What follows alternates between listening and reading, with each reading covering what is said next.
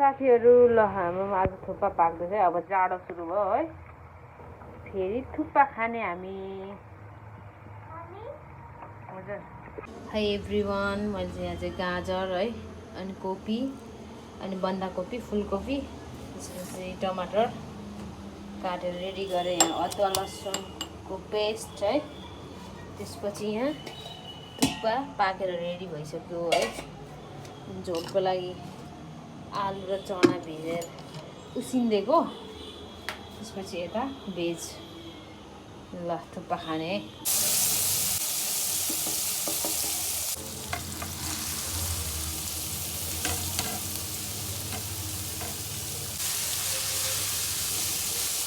ल है थुक्पा नि रेडी भयो थुक्पाको रस पनि कस्तो बाक्लो भयो यार आज दामी हो जाडोमा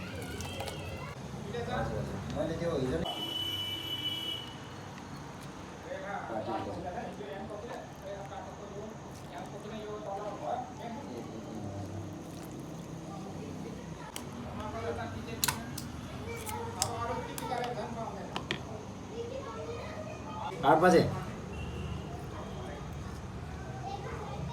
बजे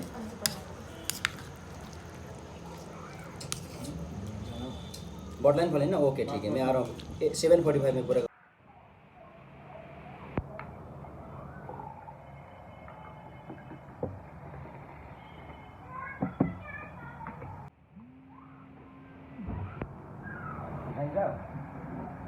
म यहाँबाट हिँड्नु आँटेको छ अब त